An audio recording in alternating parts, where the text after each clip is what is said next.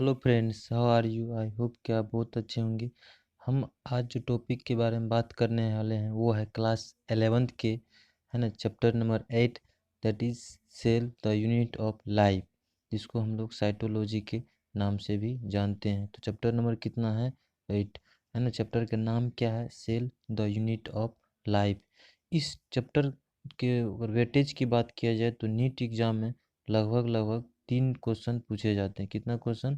30 question. 3 question मतलब 12 mark. कितना mark? 12 mark. तो प्रत्येक साल ये पूछे ही जाते हैं, इस चैप्टर से क्वेश्चन आते ही हैं। और आपको चैप्टर के साथ साथ पढ़ाते वक्त हम आपको ये बताएंगे इस चैप्टर से कौन कौन से क्वेश्चन पूछे जाते हैं, किस टाइप के क्वेश्चन आते हैं जनरली एग्जाम में, नीट एग्जाम में। क्लास 11 बोर्ड एग्ज़ाम की बात किया जाए तो बोर्ड एग्ज़ाम में भी अच्छा आता है। वैसे आपको 11th हो या 12th हो, इस दोनों को स्ट्रॉन्ग करने के लिए या बायोलॉजी को स्ट्रॉन्ग करने के लिए सेल को जानना बहुत ज़रूरी है। क्योंकि सेल ही बेसिक बहुत स्टूडेंट को पता नहीं होता सेल क्या होता है, क्रोमोसोम क्या है, डीएनए क्या है, माइटोकॉन्ड्रिया क्या है, ये सब कहाँ प्रेजेंट होता है, वर्क कैसे करता है। तो जनरली सेल को जानना बहुत बहुत इम्पोर्टेंट। अगर आपको सेल चैप्टर वीक हो गया तो आप क्लास 11 का पूरा चैप्टर आपका वीक हो जाएगा। इसलिए सेल जानिए, सेल से रिलेटेड ही चैप्टर होता है सेल डिवीजन, है ना। तो इसलिए सेल के स्टडी को हम लोग कहते हैं cytology. The study of cell is called cytology. तो study of cell is called cytology. तो चैप्टर नंबर क्या बोले हम? 8, है ना। चैप्टर का नाम क्या है? Cell the unit of life, है ना। कितने क्वेश्चन पूछे जाते हैं? 3 क्वेश्चन। किस एग्जाम में? नीट एग्जाम में। क्योंकि हम लोग का पढ़ाने का जो मेन मुद्दा होगा वो नीट और बोर्ड एग्जाम के फोकस करते हुए पढ़ाएंगे, ठीक है। आप लोग पहले भी पढ़े होंगे 7, 8, 9 में भी ये सब दिया हुआ है सेल के बारे में, लेकिन थोड़ा सा यहाँ पे ब्रॉड में पढ़ना है। और ये देखेंगे हम लोग के एग्जाम में कैसे क्वेश्चन पूछे जाते हैं, किस टाइप के क्वेश्चन आते हैं। तो हम लोग आप चलते हैं चैप्टर के बारे में थोड़ा सा स्टडी करते हैं। चैप्टर में सबसे पहला क्या दिया हुआ है? डिस्कवरी ऑफ सेल, है ना। तो डिस्कवरी ऑफ सेल, तो सबसे पहले आप तो जान लिए सेल के स्टडी को साइटोलॉजी कहते हैं। तो डिस्कवरी ऑफ सेल के बारे में अगर जाना हो तो मतलब सबसे सिंपल बात है कि सेल का खोज किसने किया। देखो, जितना सेल पढ़ने में इंटरेस्टिंग है इससे उतना ही इंटरेस्टिंग इसके सबके डिस्कवरी भी है। तो कितना सारा साइंटिस्ट का इसमें कंट्रीब्यूशन रहा एक सेल को डिस्कवर करने में, है ना। तो सेल कैसे प्रेजेंट है मेरे बॉडी में, कैसे फंक्शन करते हैं, वो तो हम लोग देखेंगे ही। लेकिन सेल ज़्यादा इम्पोर्टेंट होने के नाते इसलिए इसका डिस्कवरी भी बहुत ज़्यादा इंपॉर्टेंट है, बहुत बार एग्जाम में पूछे जाते हैं। तो सबसे पहले हम लोग का जो ये जानना है सेल की डिस्कवरी किसने किया है। तो रॉबर्ट हुक जो है रॉबर्ट हुक सबसे पहला साइंटिस्ट है जो 1665 में first scientist to discover the cell, but that was dead cell not living cell, है ना। वो एक डेड सेल था, लिविंग सेल नहीं था, है ना। तो आप सिर्फ डिस्कवरी, अब ये नहीं समझा रहे आपको कि सेल क्या है, सिर्फ आपको डिस्कवरी पे बात कर रहे हैं। अभी तक ये नहीं बताएं सेल क्या है। अब ये जानिए सेल डिस्कवरी पहले किसने किया है, उसके बाद आपको सारा कुछ बताएंगे। तो उसके बाद जो है, उसके बाद और रॉबर्ट हुक के अनुसार वो क्या था? He saw bee hives like empty space in very thin slice of cork under microscope. उसने माइक्रोस्कोप के दौरान, तब तक माइक्रोस्कोप का खोज हो चुका था, उसने देखा कि, है ना, एक जैसे जिस तरह से मधुमक्खी का कोई छाता होता है ना, तो उसी छाते के जिस छाते में जिस तरह से पोर होता है, देखिए इसमें पोर दिखाई पड़ रहा है ना। तो उसी मतलब इम्पेटी स्पेस जो है वो एक बी हाइव्स मतलब ये क्या हो गया? मधुमक्खी के छाते empty space very thin slice of cork under his microscope, है ना। तो वो एक कॉर्क में देखा, किस में देखा था? सबसे पहला कॉर्क में देखा था, है ना। ही रोड, इसने इसके इसके अनुसार उसने एक बुक लिखा था, उस बुक का नाम था माइक्रोग्राफिया। वो बहुत इंपॉर्टेंट बुक था, उसी से सेल के बारे में और डिटेल पता चला। तो जो मधुमक्खी के छाते में खाली स्पेस होता है, उस खाली स्पेस का यहाँ पे नेम दिया गया है ना, सोल्यूला, दैट मीन्स, है ना, लिटिल स्पेस, है ना। तो आप ये देख सकते हैं रॉबर्ट हुक दिखते कैसे है एक्चुअली, है ना। ये रॉबर्ट हुक का फिगर है, ये दिखते कैसे है। यही एक प्लांट का एक पौधा था, है ना। कॉर्क का ये प्लांट का एक पौधा है। इसी कॉर्क प्लांट को ले करके यहाँ स्टडी किया गया है, कट सेक्शन ले करके, और उसके बाद माइक्रोस्कोप से स्टडी करने पर इस टाइप से स्ट्रक्चर दिखाई देता है। तो ये रॉबर्ट हुक है जिसने बुक का नाम क्या लिखा है? माइक्रोग्राफिया। तो आपसे क्वेश्चन पूछे जाएंगे माइक्रोग्राफिया बुक किसने लिखा? तो रॉबर्ट हुक ने लिखा, ठीक है। माइक्रोग्राफिया बुक किससे रिलेटेड है है ना, एक सेल की डिस्कवरी से रिलेटेड है, ठीक है। उसके बाद है दूसरा साइंटिस्ट का कंट्रीब्यूशन है ल्यूवन होक। साइंटिस्ट का नाम क्या है? ल्यूवन होक। ईस्वी कितना है? 1683, मतलब 1683। He was the first scientist see living cell. यह पहला साइंटिस्ट है जिसने लिविंग सेल को देखा, लाइक बैक्टीरिया को, प्रोटोजोआ को, आरबीसी को और स्पर्म सेल को। ये सब कैसा सेल है? ये कि लिविंग सेल है। देखो ल्यूवेन हो, एल से ल्यूवेन होता है, इसी तरह से एल से भी लिविंग होता है, एल से भी लिविंग होता है। तो आपको कन्फ्यूजन नहीं होना है, जिस तरह से एल से ल्यूवेन होता है इस तरह से एल से लिविंग होता है। तो एल पहले दोनों अल्फ़ाबेट फर्स्ट है, तो आपको ध्यान रखना है कि ल्यूवेन होकी वैसा साइंटिस्ट था जो सबसे पहले लिविंग सेल को देखा था, जैसे कि बैक्टीरिया, प्रोटोजोआ, स्पर्म। तो ये क्वेश्चन आपसे पूछे जा सकते हैं। उसके बाद क्या साइंटिस्ट का कंट्रीब्यूशन? उसके बाद एक और साइंटिस्ट आया कि स्लाइडेन। स्लाइडेन का इसमें क्या कंट्रीब्यूशन था? एक स्लाइडेन था, एक स्वान था। तो स्लाइडेन एक जर्मन बोटनिस्ट साइंटिस्ट था जिसने पहले क्या किया, प्लांट सेल को देता है ना। German botanist scientist study on large number of plant and observe that all plant are compose of different kind of cell which form tissue of the plant. जो प्लांट के टिश्यू को, मतलब पूरा plant जो बना है वो सेल से मिलकर बना होता है। सेल मिलता है तब टिश्यू बनता है, टिश्यू से पूरा प्लांट हो रहा है। मतलब अल्टीमेटली ये को स्लाइडेन एक 1800 है ना 38 का बात है, जो जर्मन बोटनिस्ट था जिसने स्टडी किया बहुत लार्ज नंबर ऑफ प्लांट पे। उसने बताया कि जितना भी प्लांट बने होते हैं वो भी पहले उसका बेसिक यूनिट एक सेल ही है ना। तो उसी तरह से उस दूसरा साइंटिस्ट था स्वान। दूसरा साइंटिस्ट क्या है? स्वान। स्वान ने साल 1839 में British zoologist study different types of animal cell and reported that cell had a thin outer layer which no known as plasma membrane. अभी उसको हम लोग प्लाज्मा मेम्ब्रेन कहते हैं। But this theory did not explain how new cell are form. लेकिन इस theory में एक कमी था कि इसने भी, स्वान ने भी बताया काफ़ी सारा एनिमल है, तो जितना भी एनिमल है वो सभी सेलों के बेसिक यूनिट से मिलकर बना हुआ उसका बॉडी है ना। लेकिन ये नहीं बता पाया कि कोई सेल है ना, सेल ग्रो कैसे करता है या सेल डिवाइड होके नया सेल कैसे बनता है ना, एक सेल डिवाइड करके दो सेल कैसे बनता है। उसी बीच में एक साइंटिस्ट आया Rudolf Virchow, he 1855 first explain the cell divide and new cell are form from pre existing cell. उसने बताया कि कोई एक सेल होता है ना, उसी से डिवाइड करके दो सेल बनता है, वही सेल फिर डिवाइड करके तीन सेल बनता है ना, वही सेल फिर डिवाइड करके तीन सेल, चार सेल, ऐसे करके इस टाइप से डिवीजन होता है सेलों के अंदर।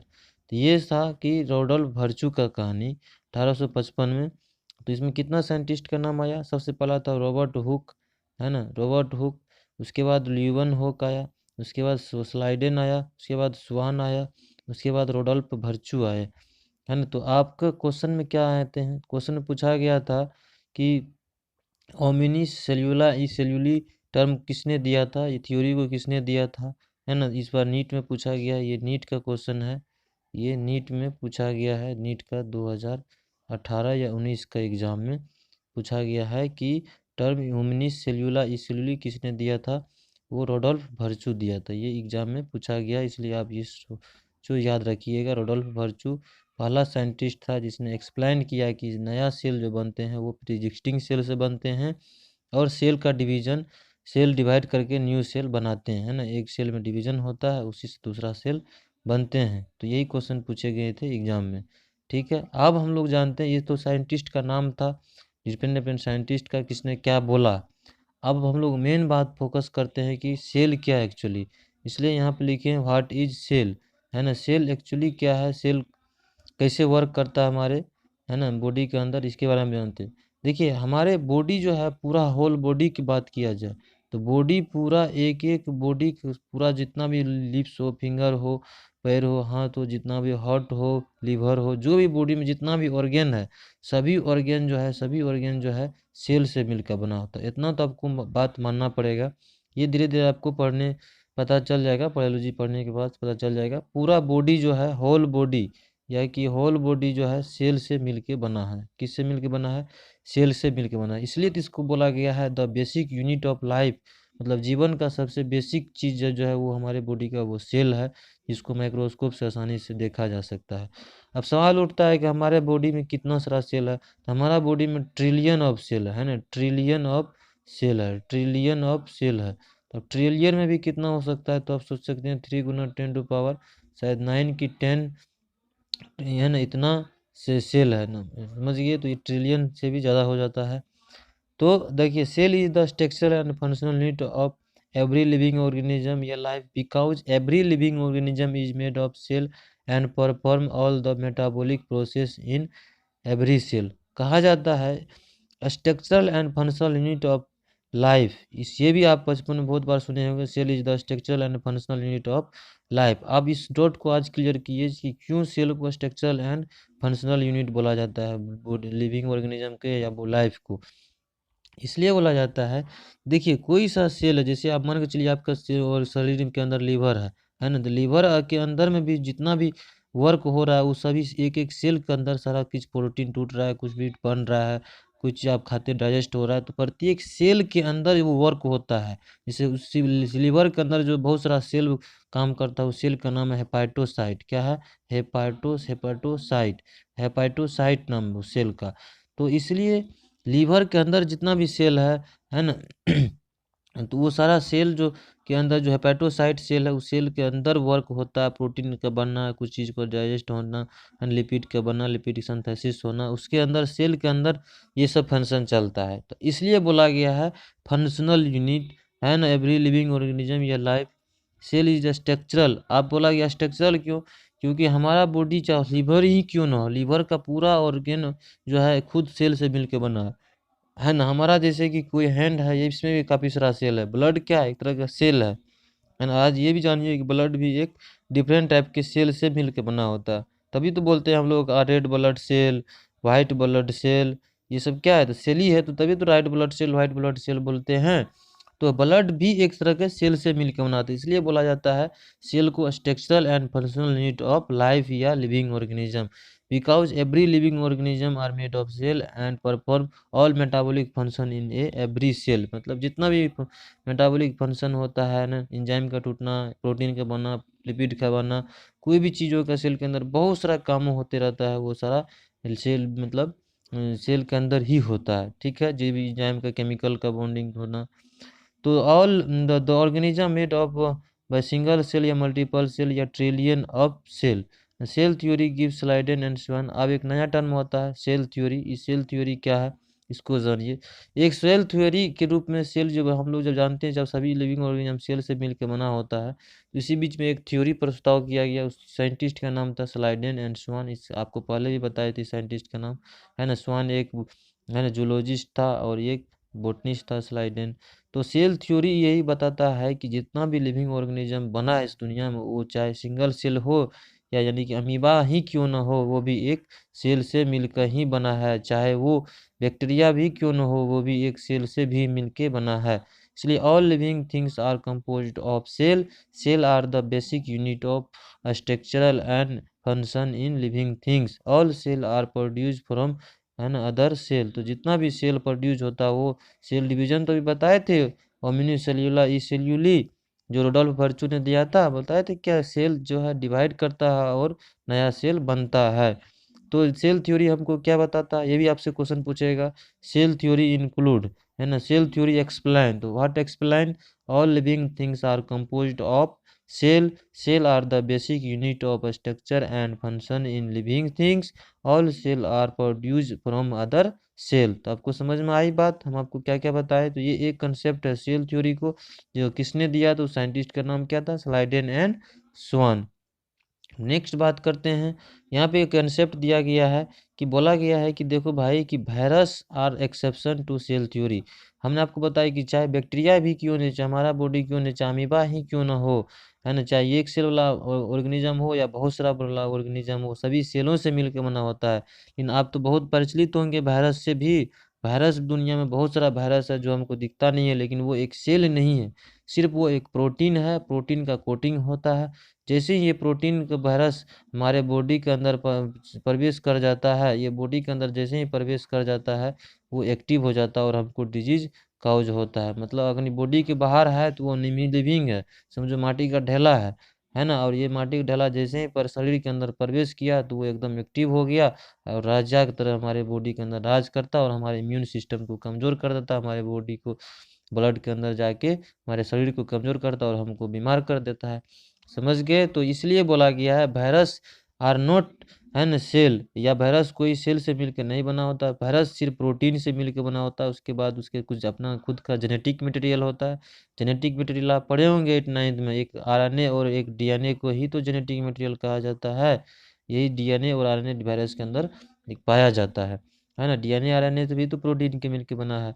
तो cell theory are they are not made of cell, है ना, their whole body is made of protein particle. तो ये आपको कंसेप्ट ध्यान में रखना है। पूछा जाता है क्वेश्चन कि सेल थ्योरी का एक्सेप्शन कौन है, तो बोल देना है साफ साफ कि सेल थ्योरी का एक्सेप्शन है वायरस, क्योंकि वायरस का बॉडी सेल किसी सेल से नहीं मिलकर बना है। जो जितना भी ऑर्गेनिज्म दुनिया में बना है, या तो वो एक सेल वाला हो सकता है या 2 सेल वाला हो सकता है। तो पोली सेल यहाँ पे यूज नहीं करते, इसके लिए कंफ्यूजन नहीं होना है। यहाँ पे बायोलॉजी में सेल्स में चैप्टर में 2 वर्ड यूज होता है, एक होता है यूनिसेल्यूलर, है ना, एक यूनिसेल्यूलर, एक वर्ड यूज होता है मल्टी सेल्यूलर। तो यहाँ जैसे लिखा हुआ देखिए यूनिसेल्यूलर लिखा हुआ, एक में लिखा हुआ है मल्टी सेल्यूलर। तो कहता है कि जो भी ऑर्गेनिज्म, जितना भी ऑल ऑर्गेनिज्म, है ना, यहाँ ऑल लगा दीजिए, ऑल ऑर्गेनिज्म, चाहे वो ऑर्गेनिज्म जो है यूनिसेल्यूलर हो या मल्टी सेल्यूलर हो, है ना, ऑर्गेनिज्म दे और मतलब जो ऑर्गेनिज्म एक सेल से मिलकर बना होगा वो यूनिसेल्यूलर ऑर्गेनिज्म कहलाएगा। जो ऑर्गेनिज्म बहुत सारा सेलों से मिलकर बना होगा उसको हम लोग मल्टी सेल्यूलर बोल सकते हैं। आप सवाल उठता है, क्वेश्चन आता है कि आपसे पूछा जाएगा कौन ऑर्गेनिज्म है जो एक सेल से मिलकर बना है और कौन ऑर्गेनिज्म ऐसा है जो अर्थ पे 2 सेल से मिलकर बना है। तो हम लोग को जवाब देना है कि अमीबा हो गया, बैक्टीरिया हो गया, पैरामीशियम हो गया, ये सब क्या है, सिंगल सेल वाला ही तो ऑर्गेनिज्म है जो एक सेल से मिलकर बना। जैसे ये सब लिया गया सब माइक्रोस्कोप से लिया गया, आप सूक्ष्म आंखों से इसको नहीं देख सकते हैं। ये सारा फिगर जो है माइक्रोस्कोप दिया लिया गया है। इस तरह से यहाँ पे सिंपल सा दिखाया गया, कोई एनिमल है जैसे बिल्ली एनिमल है, कोई प्लांट है, तो प्लांट का एनिमल जो भी सर ये बॉडी बना हुआ सभी सेलों से मिलकर, मतलब टुकड़ा टुकड़ा कर दीजिए, इसका एक एक बाल निकाल लीजिए, सारा बाल के अंदर सेल है और सेल के अंदर जेनेटिक मटेरियल है। तो आप समझ गए ना कि सेल क्या है, सेल कैसे हमारे बॉडी में प्रेजेंट होता है, वो बता दिए। कोई भी बॉडी का ऑर्गन कोई सा भी ले लो, हार्ट ले लो, किडनी ले लो, सभी सेलों से मिलकर बना होता है, सभी के अंदर सेल है। चाहे ब्लड ही क्यों ना, ब्लड में भी डिफरेंट डिफरेंट टाइप्स का सेल है। तो बेसिक शेप ऑफ सेल की अगर बात किया जाए तो सेल राउंड होता है, बाइकॉनकेव होता है ना। तो राउंड जैसे कि हम लोग ये सेल का नाम दिया हुआ, जैसे कि RBC round and biconcave in blood, WBC amoeboid in shape in blood, है ना, columnar epithelial cell long and narrow, ये सब एनसीईआरटी का हमने बात लिखे हैं, आप जैजिटी देख सकते हैं एनसीईआरटी के फिगर में ये सारा दिया हुआ। उसके बाद बेसिक साइज ऑफ सेल का बात किया गया है। तो देखिए बेसिक साइज, माइक्रोप्लाज्मा सबसे छोटा सेल होता है ना, ये भी बहुत बैक्टीरिया के कैटेगरी में है माइक्रोप्लाज्मा, जो 0.3 माइक्रोमीटर होता है। माइक्रोमीटर समझते हैं, माइक्रोमीटर इसे म्यू एम मतलब 10⁻⁻6 मीटर, है ना। 1 मीटर माइक्रोमीटर बराबर होता है 10⁻6 मीटर। आप समझ सकते हैं 1 मीटर का 10⁻10वां भाग -6वां भाग, इतना छोटा हो गया। मतलब -6 का मतलब 1/1 पर 6 गो जीरो ऐसे बैठा दीजिए, ये इतना हो गया। फिर से लिख के बताते हैं कि 1 माइक्रोमीटर बराबर होता है 10⁻6 मीटर। तो जैसे कि 1/10 पे 6 गो जीरो बैठा दीजिए, है ना, 3 2 5 1 6। तो माइक्रोप्लाज्मा 0.3 माइक्रोमीटर, बैक्टीरिया 3 से 5 माइक्रोमीटर होता है, आरबीसी 7 माइक्रोमीटर। आरबीसी क्या है, red blood cell, RBC red blood cell लिख लीजिएगा, आपको याद नहीं होगा तो। यूकैरियोटिक सेल 10 से 20 सेंटीमीटर। अब देखिए यूकैरियोटिक सेल क्या है, प्रोकैरियोटिक सेल क्या है, एक कंसेप्ट है। देखो जितना भी बैक्टीरिया है, एक सेल वाला ऑर्गेनिज्म है ना, उसको एक कैटेगरी में रखा गया है, उसको बोलते हैं प्रोकैरियोटिक ऑर्गेनिज्म। जितना भी एक से बहुत सारा सेलों से मिलकर बना हुआ, मल्टी सेल से मिलकर बना हुआ होगा, उसको एक अलग से कैटेगरी में लिखा गया है, उसको बोला जाता है यूकैरियोटिक टाइप का सेल ऑर्गेनिज्म या यूकैरियोटिक टाइप का सेल। तो इसलिए आप कंफ्यूजन है, जैसे कि हम लोग का सेल, जितना भी एनिमल का सेल, जितना भी प्लांट का सेल, ये सब क्या है, ये कि यूकैरियोटिक टाइप का सेल है, ठीक है। तो इसलिए इसमें कंफ्यूजन नहीं लेना है, समझ गए। तो बेसिक शेप, सेल का जो है ना शेप कुछ भी हो सकता है, राउंड हो सकता है, बाइकॉनकेव हो सकता है, वाइड शेप होता है, अमीबा की तरह देखने में हो सकता है ना, नैरो किडनी से तरह हो सकता है। तो कोई भी शेप का सेल हो सकता है, वो डिपेंड करता है कि सेल हमारे बॉडी में किस किस ऑर्गन के किस जगह पे है ना। तो इसलिए इसमें कंफ्यूजन नहीं होना। वायरस का साइज देख सकते कितना छोटा है, है ना, 0.02 से 0.2 माइक्रोमीटर, जबकि माइक्रोप्लाज्मा का साइज कितना था, 0.3 माइक्रोमीटर। तो इसलिए इसमें कन्फ्यूजन है। पीपीआलो एक है ना प्लुरिपोलिया नामक मतलब वायरस ही है, जो कि मतलब वो डिजीज कॉज करने वाला ही है, जो कि इतना छोटा है, इसलिए याद रखना है सब चीज़ें। टाइप्स ऑफ सेल, ये एनसीईआरटी के एक तरह का समझिए डायग्राम हो गया आपके लिए। एनसीईआरटी में ये डायग्राम दिया हुआ, कुछ इसमें से दिया है, कुछ नहीं दिया है। ये आपको दिखाया गया कि एक नर्व सेल है, ये देखिए किस शेप का है। ये मसल सेल है जो दिखाया गया, ये किस शेप का है। ये एक बोन का सेल है, जो हड्डी को माइक्रोस्कोप से काट के देखा गया, तो इस टाइप से देखने को मिलता है ना। ये ब्लड सेल है, जैसे जैसे RBC, red blood cell, lymphocyte, monocyte, ये सारा सेल ब्लड के अंदर ही प्रेजेंट होता है ना। तो ये सब ग्लैंड की तरह से है, जहाँ जहाँ ग्लैंड होता है वहाँ वहाँ ये सब प्रेजेंट होता है। उसके बाद जो है रिप्रोडक्टिव सेल, जैसे कि स्पर्म हो गया, ये अंडाणु हो गया, जो फ्यूज करके जायगोट बनता है, जिससे नया बच्चा होता है। तो यही एक स्पर्म ओवियम, ये सब ये सेल का शेप हो गया है। तो आपको बेसिकली ये हमको ये दिखाना था कि आप देख सकते हैं कोई सारा एक सेल ही है, एक नर्व सेल है, ये अलग बोन वाला सेल है ना, ये ब्लड सेल है, लेकिन शेप अलग अलग सभी का, तो इसलिए सेल का शेप अलग अलग हो सकता है। ये सारा माइक्रोस्कोप से लिया गया है। ये भी एक एनसीईआरटी का डायग्राम है, इसमें दिखाया गया है कि ट्रैकिड्स वेसल्स, ये भी एक प्लांट का सेल है। किसका है, प्लांट का सेल है। इसमें कट करके दिखाया गया किसी एक सेल को, ठीक है। तो यही बात है। आप देखिए यहाँ पे कंपेरिजन करके दिखाया गया आपको कि है ना, कि biological size and cell diversity. ये हमारा ह्यूमन बॉडी का एक लिया गया नर्व सेल, ये ब्रेन से, है ना, जो जिसका साइज इतना होता है। कंपेरेटिव साइज किया गया है, कोई एटम न्यूक्लियस है तो उसका साइज कितना होता है, एमिनो एसिड है तो उतना प्रोटीन का कितना हो सकता है ना। अब यहाँ से आपको स्टार्ट करते हैं वायरस के बाद। अब आपको बैक्टीरिया का क्या बताया, 0.3 से लेकर आगे होता है, ज़्यादा होता है ना। तो ये देखिए इतना है, 100 नैनोमीटर, है ना। उसके बाद माइटोकॉन्ड्रिया है इतना, है ना, माइक्रोमीटर, नैनोमीटर और छोटा हो गया, माइक्रोमीटर से भी छोटा चीज़ हो गया। क्लोरोप्लास्ट एक प्लांट का सेल है, ये हमारे सेल के अंदर के जो न्यूक्लियस होता है उसका, ये रेड ब्लड सेल का है, ह्यूमन के अंडाणु का है। तो यही दिखाया गया है। अब हम आपको लेक्चर नंबर 2 में ये बताएंगे कि बायोलॉजिकल सेल मेनली दो टाइप्स के होते हैं, prokaryotic cell and eukaryotic cell, है ना। प्रोकैरियोटिक सेल में कौन कौन सा ऑर्गेनिज्म को प्लेस किया गया है, यूकैरियोटिक सेल में कौन कौन ऑर्गेनिज्म को प्लेस किया गया है, यूकैरियोटिक सेल प्रोकैरियोटिक सेल में क्या डिफरेंस है, ठीक है। Thank you.